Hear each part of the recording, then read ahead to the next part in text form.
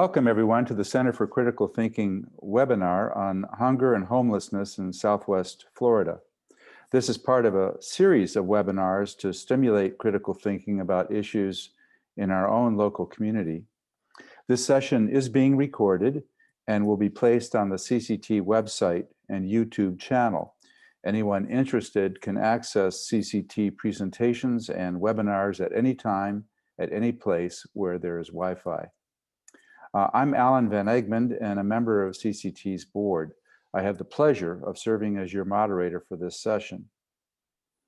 Please pose your questions through the Q&A function at the bottom of your screen for us to draw upon as we enter the question and answer period. It's on the lower right-hand side of your screen, Q&A. Our next and final webinar for this season will occur on May 20th, focusing on the rise of mass shootings and serial killings in America. CCT will host one of our nation's leading experts, Dr. James Allen Fox. So I think that will be a very interesting webinar to be a part of as well. As for today's topic, historically, the American dream has been an animating force in our society. However, in recent years, there appears to be a widening divide between the rich and the poor in America, and certainly in Southwest Florida specifically. Recently, we addressed this issue of income inequality in a previous webinar. With a massive influx of people and development in Lee and Collier counties, is gentrification pushing poor people out of their homes and neighborhoods? What are the underlying causes of hunger and homelessness in Southwest Florida? How extensive a problem is this for our community, and what can be done about it? There are also widespread problems of rising addiction and drug abuse, which afflict rich and poor alike.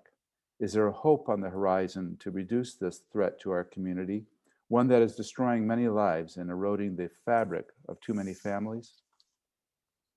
Hope starts here is the motto of Naples-based St. Matthew's House, and that is what many people need these days during the COVID-19 pandemic, that is hope.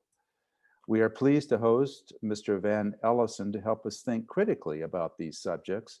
For over 17 years, Mr. Ellison served as the president and CEO of St. Matthew's House, headquartered on Airport Pulling Road in Naples. He retired from this position just a few days ago. During his tenure, Mr. Ellison built St. Matthew's House from a homeless shelter in Naples with an annual $1.5 million budget to now a $25 million annual budget, employing 250 people and feeding more than 3,000 families a week. St. Matthew's House stands as a beacon of light in advancing effective homeless and addiction recovery programs infused with on-the-job training, transitional housing, and business placement services. As a result, Mr. Ellison is a recognized authority on how to shape the most effective programs to alleviate human suffering and rebuild hope in people's lives. So, Mr. Ellison, welcome, and the floor is yours. Well, thank you, Alan. It's great to be with you today and to share part of this webinar with you and the folks involved in this. What a blessing to live in Southwest Florida. It's one of the most beautiful places in America to live, and everybody's flocking here. And as we start talking about causes of homelessness and what's happening locally, we'll certainly see that the numbers are going up. And I guess I'll start off by giving a little bit of a broad picture. Nationally, there are conflicting stories about what's going on with homelessness. Back many years ago, more than 20 years ago now, a national effort started focusing on the housing first idea, that providing housing for people really resolved homelessness. And yet after 2 years in government-assisted housing, most people that are homeless or addicted will return back to that previous state. And so many of those kind of efforts haven't worked as well as we would want them to. Locally, we've seen some real impact on the lives of the poor and the hurting. So I'd like to just talk a little bit about the factors and what's going on in our community. You know, at St. Matthew's House, I had the great privilege of serving our community and serving the poor through a great organization that was dedicated to transforming lives by really touching people individually and personally and making sure there was an impact in their lives. And what we've done is built a system that is really looked at around the country. We have, in my last year or so at St. Matthew's House, every week we were receiving calls or visitors from around the country to see the work that we're doing. And in our country, people are scrambling for answers as you see homelessness becoming a prominent story in places like San Francisco and New York and Chicago. And major cities are losing convention business because people are afraid to go to the downtown areas. And it seems out of control, and yet we're doing pretty well here. And so how is that possible? Well, several things. There are factors in a community that lead to homelessness. The community-wide factors, or of what you talked about a little bit when we talk about income inequality, as the markets go up and the real estate values go up, it becomes harder and harder for people to make it. And I can reflect back on not that long ago, a family came down to Naples. They were from the Pittsburgh area, and they had a mom and a dad and 2 kids. And they came down here because they heard there were a lot of jobs available and the economy was open. And so when they arrived here, with the cost of housing and expenses, they could make it on $10 and $12 an hour jobs in the Pittsburgh area. They were poor, but it was a survivable wage. Very quickly, they got jobs, but they found out that for a family of 4, making $10 and $12 an hour jobs was not going to make it for them. And so that really is where a lot of this starts, with families that are disconnected or individuals that are disconnected. When I have done over the years many conversations with people about what are the causes of homelessness we see on our local streets, the number one cause is different than most people would suspect. And that is, we point to income inequality, we point to lack of affordable housing, loss of jobs, marital breakups or relationship breakups, post-incarceration, mental health issues, medical issues. All of those are factors and variables. But the really critical issue is a loss of sense of community, that there is nobody else to call on.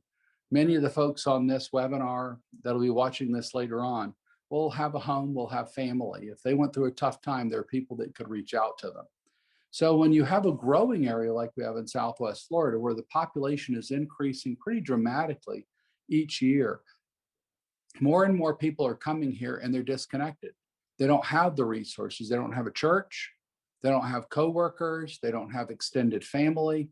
What they have is they're looking for their little corner of paradise, but without people around them.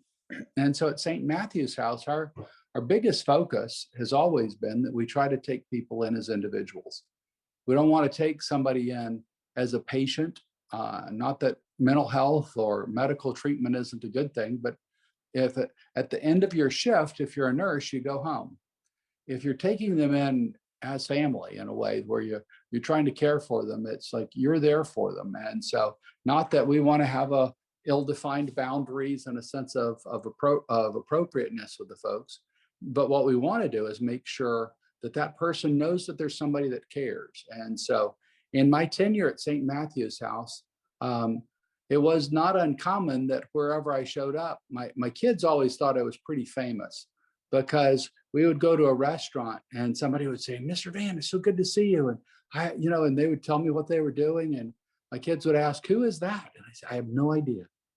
But what happened is that my face was there. Our staff is present. The number one thing that our staff was always challenged to do was care for this person as though it was your son or daughter or your brother or sister. What would you do to get your baby help if they were desperate in this situation? And so we were really taking them in a family kind of posture. So one of the reasons sometimes broader government solutions don't work is governments can accomplish much. And I'm not anti-government, I'm not anti-bureaucracy, or there's certainly a role for government to play in policy and funding for all kinds of things. But governments are not equipped to love people. Nobody ever called the IRS looking for a hug. And so what happens in the situation with dealing with homelessness and poverty, what we really focus on is how do we connect with that person so that they have a sense of hope, that they realize that their life is valuable. And I think sometimes in the bigger cities where we see that a lot of the faith-based charities and a lot of the local efforts have been replaced by broader government efforts, what's happening is it's becoming more and more bureaucratic and more distant. And COVID is one of those things that has certainly worsened that tremendously. Many organizations around the country have really put a very, very hands-off approach to dealing with the people that are coming to you for help. So it's not uncommon to be in New York City or Los Angeles. I have a friend who runs a rescue mission in Los Angeles, and most of the rescue efforts are so sterile and driven by public health policies now to keep people safe and at a distance. So what's happened is people feel more fragmented and more alone. And one of the side effects, the unintended consequences to our COVID response, and I'm not advocating a specific response, I'm just saying that there's always unintended consequences in these situations. One of those things that we predicted when COVID first started and we started seeing large sections of society shutting down and people getting more restricted is if loneliness and being isolated is one of the real critical causes, then what we expected and we forecasted and we've seen is that the overdose death rates would be up significantly this last year. And so for the periods from March, April, May, and now I think June, the numbers up nationally are up about 28% increase in overdose death rates. So in addition to COVID deaths, more people are dying of overdoses than ever. And that an addiction and hopelessness and despair is very common among the homeless population. And so, one of the things we've started doing is with our alumni is making phone calls and saying, how are you doing? Do you need to get into help? Are you, one of the factors that we've seen locally is even as government policy was trying to help people with extra money during a COVID situation. So there were financial benefits going to people, which seemed like the right thing to do. But because there were some delays, we had people who would, after several weeks or month or two, would get a $10,000 check from the government because they had now qualified and it took a while to process it. And for somebody who's isolated and alone and feeling fearful and despondent, that large check was a windfall that bought them their first high that got them back on the addiction route. And so we're seeing an explosive growth around America. I mean, those are the unintended consequences of COVID. And, I don't know, I wish I had a better policy for all of those things nationally or locally. How could we magically do that? Well, I believe that the only way to do much of this stuff is to connect with people individually. If, as Alan, as I've gotten to know you a bit, if as a friend you were struggling with something, and I have a friend who I visited in the hospital this morning who's had a heart condition. And so to go and encourage my friend and to tell him how much we care for him and we miss him and we're praying for his speedy recovery, that adds an element of humanity to his situation. It adds an element of I'm not in this alone. Just a few months ago, he would have been alone in a hospital and full of despair, very social creature, and would have been isolated. And so that isolation has really damaging effects. And so what we see oftentimes coming to Naples or to the Immokalee shelters that St. Matthew's House operates is people are coming and going. In their mind, is there anybody that cares? They never come to a shelter other than at a point of desperation. If they had a better answer, they wouldn't be coming to our door. Nobody says, wow, if things aren't going good, I'll just stop by the shelter. The opposite's the case. They're going to come up with, who can I call on? What friends can I lean on? Sometimes, can I steal? If I lost everything, do I have money on a credit card I could charge up and stay in a hotel for a while? We're always trying to delay the unpleasant and unintended consequences of that separation or those financial issues. So people come to an organization like St. Matthew's House and they find hope and healing. One of our strategies to end homelessness locally was to provide the best shelter food in America. As a faith-based organization, sometimes where I've been a little bit critical of government responses, but faith-based organizations, oftentimes we think that if we just preach to them a little bit more, they'll be better somehow. They may theologically be straightened out on something, but having the correct theological perspective on some issue does not solve your poverty. It might spiritually enlighten you and uplift your soul, but you're still destitute and poor. And so one of the things that we focus on to let somebody know we care about them isn't to preach at them, but to really provide really good quality food. So when they look at us and they look across the same table and say, why would you feed us such great food? I've been in a shelter before, and they'll tell a story of someplace else, and it was horrible food. And well, we believe your life matters and you matter. Your community here loves you and cares about you, and there's a God that cares about you. And they're actually open to that message of care from a community or from God based on the fact that we demonstrate a love for them personally. And so by beginning to care for those little things, keeping a shelter operation clean and orderly and drug free, we breathalyze everybody every day. So alcohol abuse is not a common thing. If it is, that's grounds for discharge from the facilities. And so we've really taken a really aggressive approach of providing the best atmosphere for that person to have the best opportunity to make it. And for us, that's been a real joy to see over and over again, people come in. I'm reminded a couple of years ago now, I was coming into the shelter operation and my office was just down the street, and a guy came up to me and he had heard who I was, and he said, "Hey, I want to apologize. I have a knife." And okay, what's that about? And he said, "Well, I stayed in a shelter one time before in my life." And he named a city. I'll say up north because everything is north of here except Key West, I think. So, but he was up north in a shelter, and he said, when the lights went out that night, I got jumped. They beat me up. They took my wallet. And so when I came into this shelter, I'd come down here for a job on a construction site. It was going okay. I got hurt. I was out of work for a while and lost my little apartment I had. And now all of a sudden I'm here.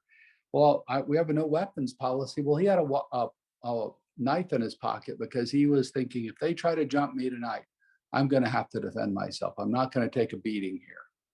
And when he, to his surprise, found that they turned the lights out and the only nuisance was somebody snoring.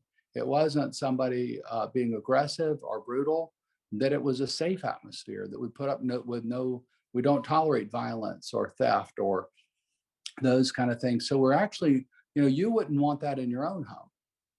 And so what we're trying to do is give a homeless person or a poor person the opportunity to have, even though they're in remarkable circumstances, to have a normal life, to know that they're valued, that they have a good plate of food to look forward to, that there's someplace to sleep tonight, they're going to be cared for. One of the things we've done here is because there's been so little local government involvement in the solutions, what we've always done is we've had a really robust partnership with other not-for-profits. So the neighborhood health clinic has been just vital.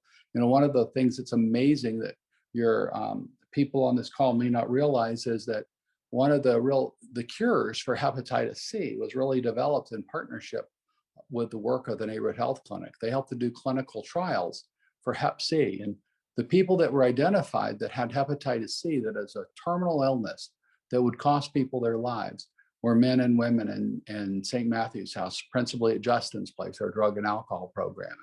When somebody would be diagnosed with Hep C, after several months and they were sober and stable, we would then begin to work with neighborhood health clinics. So we had 137 men and women that I know of who have absolutely been cured.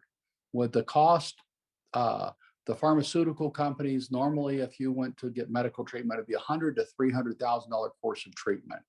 Because of the work and the generosity of the neighborhood health clinic, it cost us $30 a person to provide that cure. And so to have lives, absolutely, people come in with a death sentence. Now they're cured. It's the same thing with addictions. With Justin's place, we're taking people who are struggling to stay sober and helping them get a long-term approach to substance abuse recovery because the shorter-term programs haven't worked for them.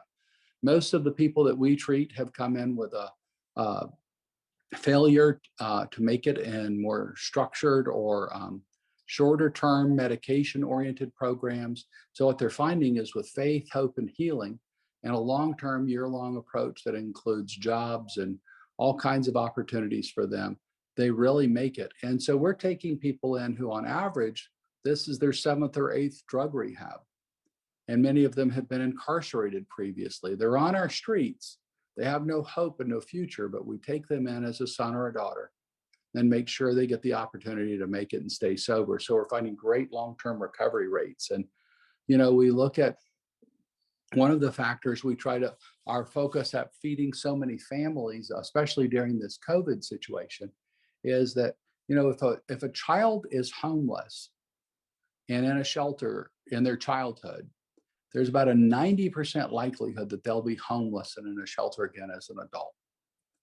And so long-term poverty, people, while America is the land of dreams and people get out of poverty and see their lives absolutely transformed, we are a land where miracles happen. And we love the underdog story, the guy who's just fighting to feed his kids. Well, those situations seldom see that, the reason that child is so likely to be impoverished as an adult is that there's multiple school transfers. So oftentimes you're likely to have school failures. 95% of the children in a homeless shelter are with a single mother. And that's not a statement of condemnation of mothers. In fact, it's the opposite. It's the mom is still there when everything is falling apart. She's still got the kids and she's still doing her best. And she's struggling in her poverty to provide an opportunity.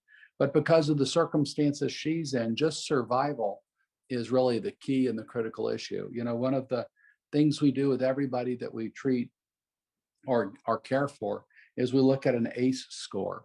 And ACE stands for Adverse Childhood Experiences. And there's a score from 0 to 10. I would suspect many of your listeners on this podcast are probably a 0 or very, very low. And what that means is that we would look at somebody and we would say, ask them a series of questions that identify several areas of abuse in their childhood. Were they physically abused, emotionally abused, or sexually abused? Then we go into areas of neglect. Was there physical or emotional neglect? And the physical neglect is that element of homelessness, or there's not enough food. There's real insecurity in those areas. The emotional neglect is that because of the stress and the strain or whatever reasons there may be, nobody was there for the kid when they came home from school or to celebrate their birthdays or their achievements or life's special moments. That kid was just floating through and disconnected as a child. And then there's 5 household factors. Those are mental illness, that their mother was a victim of domestic violence, divorce, substance abuse, or they have an incarcerated relative from their home. So when we look at those 10 factors, 3 of abuse, 2 of neglect, and 5 of household factors, the average person in our shelter was having an ACE score of 6 or 7. And it wasn't uncommon to have somebody with a perfect 10, that they had been physically, emotionally, sexually abused, they had been neglected, and every bad circumstance in their household was there in their childhood. And so, I reflect back to very, very early in my career working in a psychiatric hospital. My first day on the unit, it was a pediatric psychiatric unit. And I was brand new and hired and right out of school. And our average age of the kids in our facility was between 8 and 12 years old at this pediatric psych unit. And I remember the charge nurse at dinner time asking me, well, what do you think of these kids by the end of the shift? And I said, how could a kid be so sick by age 7, 8, 9, 10? I mean, these kids are a mess. It's frightening. And then after visitation that night, and I watched the parents interact with the kids. And I was raised kind of by the Ozzie and Harriet crowd. The mom was more likely to have a plate of fresh cookies. Mom was encouraging diabetes, but she wasn't encouraging homelessness. So when I came home, I had such a wonderful life. And the parents visiting these kids in the hospital, after visitation and the kids were getting ready for bed, the charge nurse asked me again, well, what do you think of the situation? I said, I can't believe how wonderful these kids are doing. After you saw the family dynamics and sometimes the pain that was generational, this wasn't a judgment against the parents, but just that the whole family system was so broken, the parents had nothing to give to the kids. And so and so we see that these are those kids oftentimes. Now, addiction is very common. Mental health issues are very common. David Lawrence Center and Collier and Lee County have been tremendous partners. We do expect and we forecast in the future it's going to get worse in our community. the numbers of people moving to the area and being disconnected and kind of marginalized, it seems to only be going up. We expect in the future that we're going to see more homeless people on the streets. Around the country, we're seeing that certainly in Lee County right now. They're having an explosive issue in Fort Myers, and they're grappling with what can we do as a community to address this overwhelming issue. And not long before I retired, we were talking with Lee County officials, and they were focused on the housing first model. Let's find apartments for people. And yet they had 350 people on a waiting list for an apartment. There was a failure to have low income housing where you could actually, there was a landlord shortage, not just an income deficit, but nobody, if I can rent out an apartment for a premium, why would I rent it out to a homeless person or to a government entity that may be slow to pay or may have delays in it? And so we're seeing nationally that you can't build your way out of this one fast enough. It takes a long time to build that inventory of apartments and houses. And so really providing jobs and training and identifying with people and helping them walk it out. We were talking before, Alan, you and I were about the work we're going to work with in Africa about micro grants or micro loans. Well, sometimes helping somebody get that leg up where they can get a job, where they can get a chance to build a bit of a resume. Or we do microloans where we've given people enough money to start a small business. So somebody with a car wash business or a mobile auto detailing business, or we've done all kinds of things so that people that are coming to us, we're trying to help them become successful entrepreneurs on their own right. These are very creative people oftentimes. When we look at the homeless population, and it's easy to be discouraged, and yet I look at their resilience. They're still in the game and they're still fighting. They're still trying. And so we see them as resilient, and they just need that break of somebody to care enough to give them counsel and advice and the structure to succeed. So, and I'm very proud of my years serving at St. Matthew's House, and I'm so proud of our community. We have so many generous donors and people that have been partners. And, I came from the sheriff's office. I was the jail chaplain prior to that. And our local sheriff's office, Sheriff Rambosk, has been such an amazing leader and really trying to address issues to help families make it rather than just lock everybody up. And so we have a very proactive and strategic sheriff's office that is a partner in finding the answers.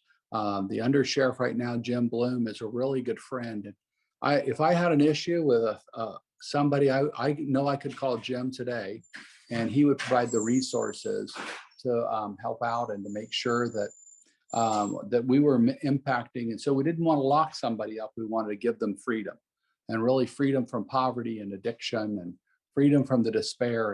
And we have a great partnership with drug court. Those are government involvements where Judge Martin, Janice Martin, any community would be delighted to have a judge that's that insightful and committed to really working to see that communities are transformed. And they do it one person at a time. Again, instead of just locking up an offender, if they have a drug problem, let's get them help and healing and recovery. So I've kind of rambled on for close to 30 minutes, and I don't know if there are questions or if I've just kind of dazzled people with not a whole lot of information, but a lot of fluff. And I think it's an optimistic future, but we're going to have to work together to make sure that it's a reality.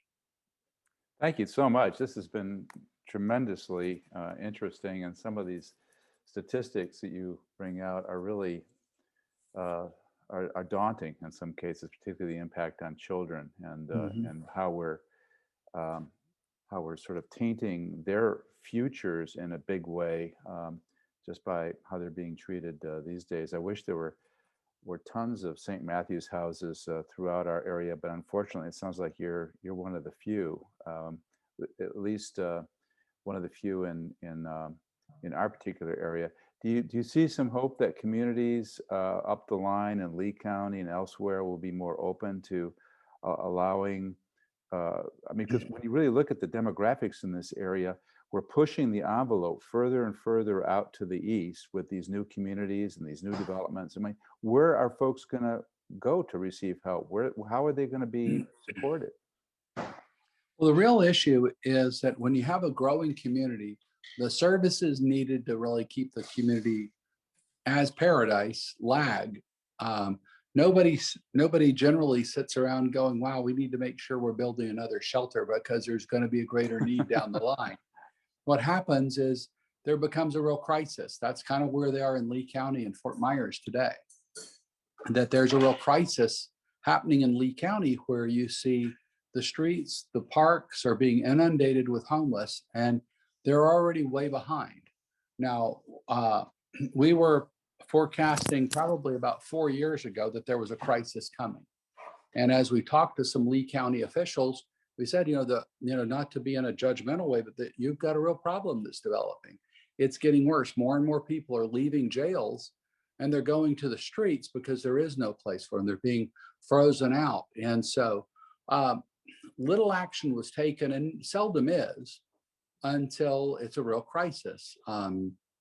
Communities, the planned communities, we have a huge one going in Babcock Ranch, and I'm not a community planner. I don't know how all these things work, and it's way beyond my pay grade to figure it out. But it's very rare that you go in, you build the schools before you've got students.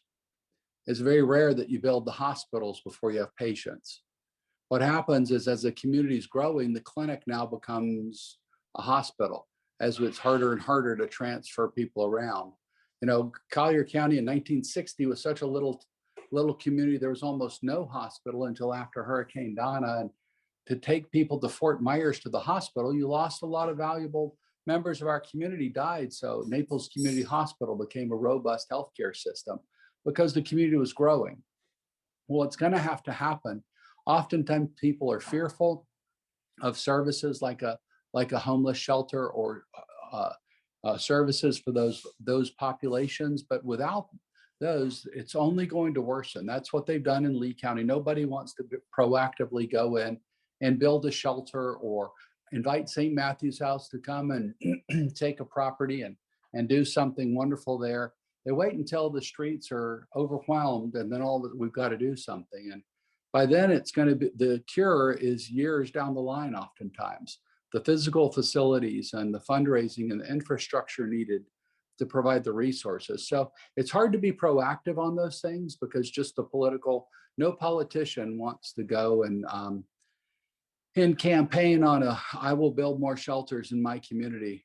We don't want to face that until it's overwhelming. And so that's the real tragedy of it. We do see in Lee and Charlotte and up the line in Sarasota County communities that are asking for assistance and how to structure that. And we're trying to help mentor some of them into providing the right solutions for their communities. Prisoner reentry, when I was at the sheriff's office, we averaged, I think, about 18,000 people were arrested a year, or 18,000 arrests. They weren't all separate individuals. Some people tend to like being arrested so much they did it over and over again. And so, but what happens is, overwhelmingly, 99% of those people are going to be released back to the same streets. And if they're addicted, or they're homeless, or they've lost their job, or their housing after they were arrested, now you've got somebody who has criminal charges pending or maybe a conviction, and now they're on the streets. And so prisoner housing or reentry, returning citizens, is one of those real critical issues that a community has to address. And it really takes a broader approach. And when you talk about the Center for Critical Thinking, the simple cures of they should do better or they should have known better, that really doesn't work. We have a tremendous growth in elderly homeless, people who have now outlasted their savings. Oftentimes women live longer than men in America. And so it's not uncommon that with a fragmented family situation that you have elderly men and women in their late 60s, 70s, 80s. I know that's probably offensive to some of us because I'm heading in that direction pretty fast myself, but those ages don't seem as old as they used to. But when you're 80 and you're now homeless, the oldest man I worked with in our shelter at Naples was a gentleman named Boyd, who is an 89-year-old former CPA World War II bomber pilot who had lost everything. His wife had died, their only child had been murdered. They lost a lot of their resources when in that murder, where their family business was destroyed as well. And, over time, everything ended up being lost. So to now have an 89-year-old in a shelter, starting over is nearly impossible. He's not going to go get an entry-level job somewhere and start back at it. And so providing senior housing, most of our communities don't have adequate senior housing for that low-income person that has fallen in the gap. So those are really tough cases that make it hard for us. Well, thank you. I mean, this is just a wealth of information, and it certainly gives us a much better sense of the dynamics of our communities and what we're facing. And it seems to me that we really need to be thinking proactively and looking at the future and trying to work back and say, well, we're going to have to start building facilities right now, like you would normally expect would be done, rather than to continually be in a state of denial about, well, we'll cross that bridge when we get to it, as Fort Myers is trying to do now. Well, we have some questions coming in, and folks, just use the Q&A function, as I mentioned, to to pose your questions to Mr. Ellison. Your feeding programs, there was a question about that. A number of communities, including my own here in Bonita Bay, we collect food for St. Matthew's House and that sort of thing. And I think I mentioned the figure 3,000, but if you could tell us, like, how many people are you feeding right now, and do you vet them? Do you know if they're actually in need of food, or if they're just coming to sort of take advantage of something that's out there? Right. Well, historically, St. Matthew's House was assisting about 400 families a month. 300 to 400 families was a typical month for us. Now, in January 2020, that would have been the number.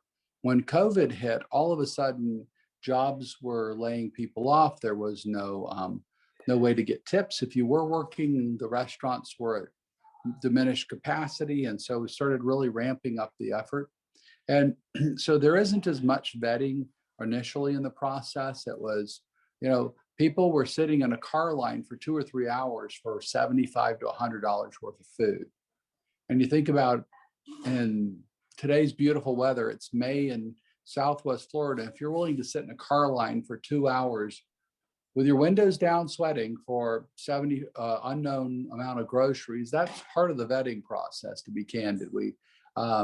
There was no way to vet that massive amount of population. What we started doing was really impacting local churches and finding local partners. So St. Matthew's House, along with the food banks, Harry Chapin Food Bank's always an asset into our community, Midwest Food Bank and others. And communities like yourself would raise food. We would stage these feedings in areas where we knew there were pockets of poverty. So you might have an area where we knew from kind of a poverty heat map that in East Naples or in the Dunbar area in Fort Myers or Golden Gate City, there might be areas where there were more likely to be homeless or more likely to be families that were struggling and at risk. And so we started working to target those specific communities. So early on, we had 1 or 2 big feeding efforts a week.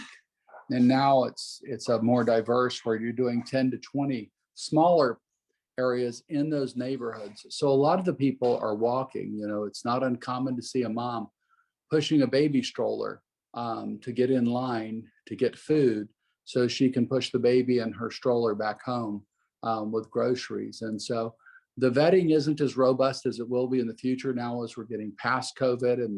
But the real critical issue is that the poor bounce back slower than the rest of us. COVID is over for many of us, and so we're able to go out to dinner tonight and feel good about it. The person who didn't pay rent because they're now behind significantly. So they're going to have to pay a lot of rent money, and they're going to be behind as the eviction moratoriums are lifted and things like that. So we expect the economic impact of this crisis on the poor or families that are at risk is going to go on for at least another year. Well, we know another question that came in about shelters, because we have a Cafe of Life in Bonita Springs area, but there's not really a shelter per se.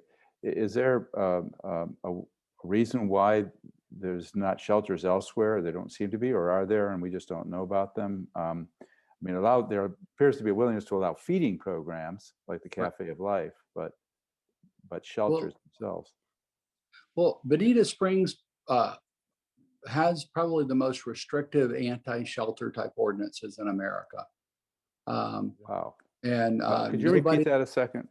Bonita Springs has the most restrictive and oppressive anti-shelter ordinance in America. A number of years ago, St. Matthew's House was asked by several government officials to come and consider building something in Fort Myers. And so we naively said, sure, we'll come help. And then 100 or 2 neighbors got riled up and started campaigning. And so the city council passed an ordinance basically saying that you couldn't have anything like a homeless shelter in Bonita Springs with more than 8 people. And for every 8 people you had to have a physician on duty. And so, most time homelessness is not a medical issue. So who are the highest paid professionals in America generally is going to be physicians. So for me to say, Alan, you and I need to go start a shelter in Bonita Springs to help alleviate the problem there. Well, instead of doing it for $30 or $40 a night like we do in Naples, it would be the most expensive shelter in America to bring the same solution to Bonita Springs, because we would have to have around the clock physician care for people who may not even be sick. So, I mean, they put so many onerous restrictions on that process so that really there will never be, unless those ordinances or guidance from the city are overturned, there will never be a shelter in Bonita Springs. And that's the thing. A lot of people will always believe that somehow there's some nefarious motive in wanting to build a shelter, that we're trying to destroy your neighborhood for some reason, when the truth is there's never been anything but a really commitment in a lot of communities to really clean up the streets and make the neighborhood safer and get addicts help and sobriety. And so we really work diligently. Fort Myers, there is a Fort Myers rescue mission that's a smaller mission. There are around the country, Salvation Army operates many shelters, and then a lot of the government efforts again have been at housing first. Let's get them into commercial rentals somewhere and subsidize that for a couple of years. We believe really intensive case management and engagement with the people is what works. We have statistics to prove it works, and so that whole tool chest of finding whatever the resources needed to address the issue is really important. In Lee County, I think it's going to be a tough one. The community is going to have to keep putting pressure on the city. We want to clean up our parks. And so one of the first things oftentimes that happens is communities will take a very authoritarian approach where we'll illegalize this activity. So you'll notice that most park benches in America now have bars in the middle of the bench. So it makes it look like individual seats. Well, those are designed specifically so that nobody can lay on that bench. So that if somebody's homeless, they make them as miserable as possible, so they'll go somewhere else. So there's been actions all throughout the country to try to make the homeless miserable. And instead of trying to get them off the streets and get them hope and help and healing. And that's our goal, is to treat them as though they were a brother or sister. I wouldn't want my sister basically almost thrown away in society if she was struggling. I'd want to get her help. And so that's a different kind of a humane way of looking at these are our neighbors. Well, well, let me ask you first about Estero, because that's a relatively new community. It was formed not too long ago. Is there more willingness to allow services in that arena? There probably is. Communities, again, when they do a comprehensive plan for building, very often those comp plans have very limited. In Collier County, the code calls it home for destitute men, women, and children. And So there are only a handful of properties that are zoned in Collier County by right for homes for destitute men, women, and children. In every community, there are some of those things. There's nobody in America that has as onerous and as kind of unjust method of looking at it as in Bonita. So Estero has none of those restrictive ordinances.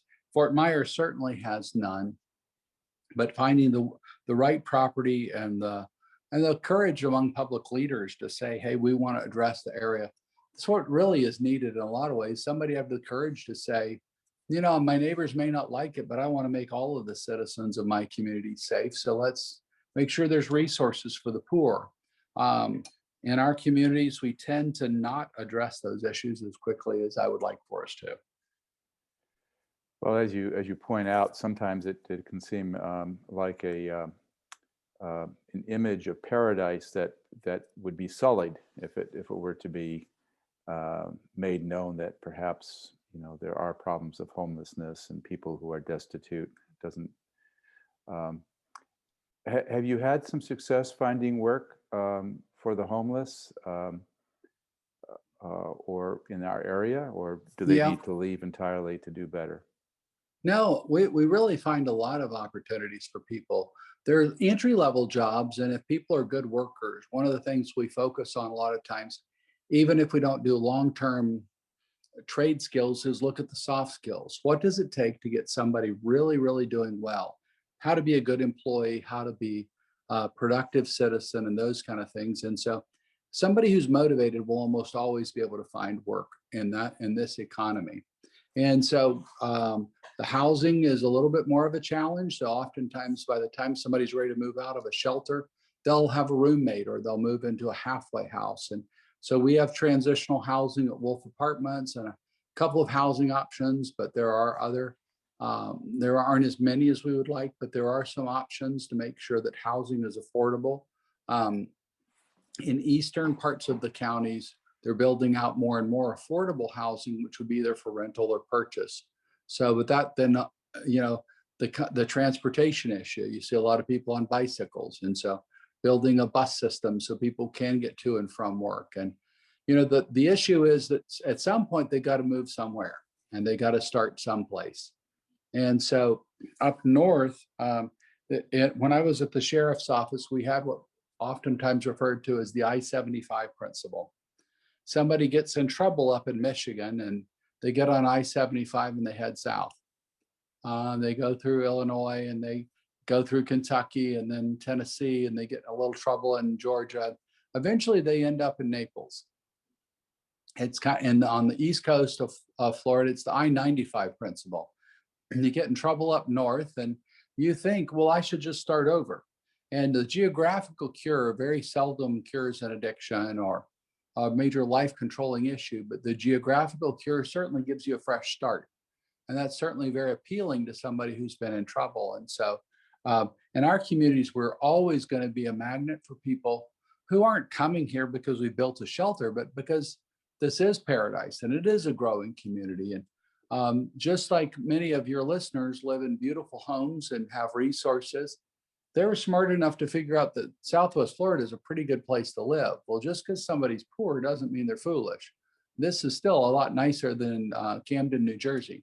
And so somebody's going to head south, and without the adequate resources to start over, we see the immigrant problems on the borders right now will only provide greater pressure in these areas in the future as well. One of the reasons we're kind of forecasting a bleak outlook for the nation is the migrant community coming in oftentimes think that, you know, coming to America and having a fresh start, well, this is the land of opportunity, and many of them will make it, but many more will really flounder for a season. And so we see a lot of the service workers, lawn care companies, many of those people at some point or another were at St. Matthew's House. They'd gotten here and struggling. And so having a road, if you're going to have people here, there's always going to be somebody that's hurting. I remember there one passage in scripture, I promise not to quote a lot of scripture, but Jesus said, the poor you will have with you always. Turns out he was right. no matter how much money we spend. In 1964, the Johnson administration, with a joint effort of Congress, declared the Great War on Poverty and have spent trillions literally trying to end poverty in America. The poverty rate was 26% in 1964. Today, it's at that same level. After trillions of dollars spent, we put all kinds of government efforts into it, but the poor are still with us. And so we can do something, but it's engaging them individually.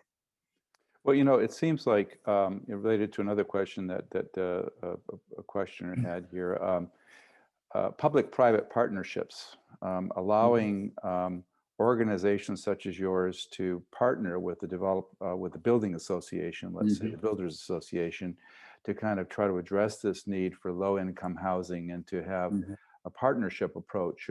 Is that something that's feasible in this area?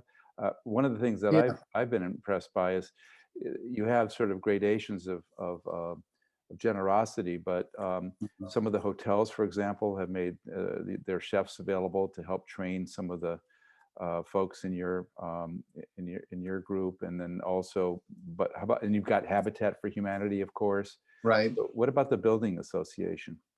Well, what's happened is interesting. In the great downturn in the economy back in 2008 and that type of thing, many tradespeople left. And so finding adequate tradesmen to do the building, we think that, one of the possibilities is having a training academy, working with the homeless and giving them the skills they need to be plumbers and electricians and carpenters and drywallers and roofers and all of those kind of trades. There's about 26 subcontractor trades under the building code in the state of Florida. And each one of those is having a labor crisis and yet you have homeless people who really, with that little bit of training, could be potentially tax-paying and productive citizens. And it's amazing to see. It doesn't take much of an effort to begin to get companies mentoring. One of my good friends runs a program in the Columbus, Georgia area where he takes guys out of jail and that are sober and trying to do the right thing, and he teaches them how to be a plumber. So today he has 46 plumbers working for him full time. All of them have a bad record, or all of them have done something foolish. They've all been drug addicts, but he takes them, gives them a job, puts them in a halfway house, begins to train them. Now, all of a sudden, he's building this great business that's an employee-owned business that's all about training people with the opportunities to see their own lives transformed. So I do think those kind of public-private partnerships are really one of the keys to our success. I agree. We've, in my own experience working mainly overseas, public-private partnerships have often been extremely productive and ways of leveraging the best capabilities and resources of all parties concerned. So why don't we allow a few, is it okay to allow a few more minutes for questions? Sure. Are you totally exhausted at this point, or you have a little bit more life left in you? Okay. This is what I love to talk about. So. Okay, well, I can't resist the question of nomad land and this idea of these folks, having who are desperate and destitute, having to resort to van living, and the response that well, I'm not homeless, I'm houseless, sort of thing. Is that a problem in our area here with people who have no, because of shelter, have no place, and van people? I mean, we certainly have enough, RVs and things like that in this area. I suspect that most of those people are doing it because they want to do it. Right. Well, you see a lot of that out on the West Coast. I was recently in the Seattle area. Well, it's been a couple of years ago now, and but all over the place there are public parks. The Pottinger case was done in Pottinger versus Miami, where Miami basically took action against people for camping in the public parks, and the homeless won a federal lawsuit that said if there are no facilities, then literally the homeless have the right to camp out and to live on any public property. So you see all over America in larger cities, Seattle was just littered with situations, filthy situations, where all along the riverfront, there were hundreds of campsites, whether it was tents or cardboard structures, and then there were broken down vans and small RVs and all along all kinds of streets, these things were parked. And under the federal statutes, they were allowed to stay there. And unless they, provide the resources to get them out of that lifestyle, and there's always going to be somebody that likes living on the edge. But our solution is always to try to connect with those people. I've enjoyed going and working at the soup kitchen where I get to know homeless people who, one of the differences between me and most CEOs of not-for-profits is I was on the front lines every day trying to talk to somebody who was hopeless and hurting and make sure that they knew that they mattered to us. I just wasn't a business guy. I actually cared about them. And so those street people are the people that you talk about, the nomads that are just drifting. And that's very, very common today in America. And it's going to become more and more of an issue here. There are a lot of designated green spaces and public parks. And as 10 years from now, if there are no other facilities and no other solutions brought to the table, all of those parks all over the place will be littered with broken down vehicles and tents and those kinds of things, because that will just be the nature of things. If those people don't just go away because there isn't the resources for them. Well, one of the things, my takeaways, and I think maybe in the fall we'll maybe do something with the sheriff's department, is we talked about public-private partnerships, but what about working with the authorities to help try to keep people out of prison or out of being in extremely compromised positions, and sort of work on the positive side of that equation. So I think that was a very helpful observation you made. What about some of the mental health services? I mean, my impression has been that over time, the quality and extent of mental health services that are being offered to people, particularly in the public domain, has degenerated. That there's just not the quality of care anymore for people who really have some significant mental issues. And is that something that your program has experienced as well? And if so, what are you doing about that? Yeah, I think that's one of those things. Many people feel like they're prescribed at. If they have symptoms, there's a medication that'll fix that symptom. But the quality of their life hasn't really changed. They may not have as much anxiety, or they may not have as much depression, but everything doesn't get better just because they don't have a psychiatric symptom that's pervasive on that day. And so what happens is the mentally ill, the largest psychiatric facility in any community is going to be the local jail. In Collier and Lee County, you have more psychiatric patients in those facilities than all the medical facilities combined. It's overwhelming. And so back in the great reform of the psychiatric movement in America was to have community-based mental health. And so they closed a lot of the state facilities, and many of those were tough and brutal places, and there wasn't the justice that was needed or the fairness. And so they got rid of those. They didn't really replace them with anything. What they did was community-based mental health really never developed as well as it could have. And so we certainly see gaps. In Collier County, David Lawrence Center is an amazing leadership group, and they're working and campaigning hard to build facilities to make sure that the resources are there for our local citizens. But and intervening earlier in people's lives before there's major consequences. And so those are always going to be real critical issues. And those are, again, the tough ones. It takes everybody working together. The other thing is it's fragmented care. Oftentimes you see the fragmented care of somebody getting psychiatric care at one facility, but not getting housing services. Or, the chronically mentally ill oftentimes have horrible healthcare systems because they're spending all of their money either in their addiction or because of their mental health issues. So they have medical problems. And so they're some of the most vulnerable people in society.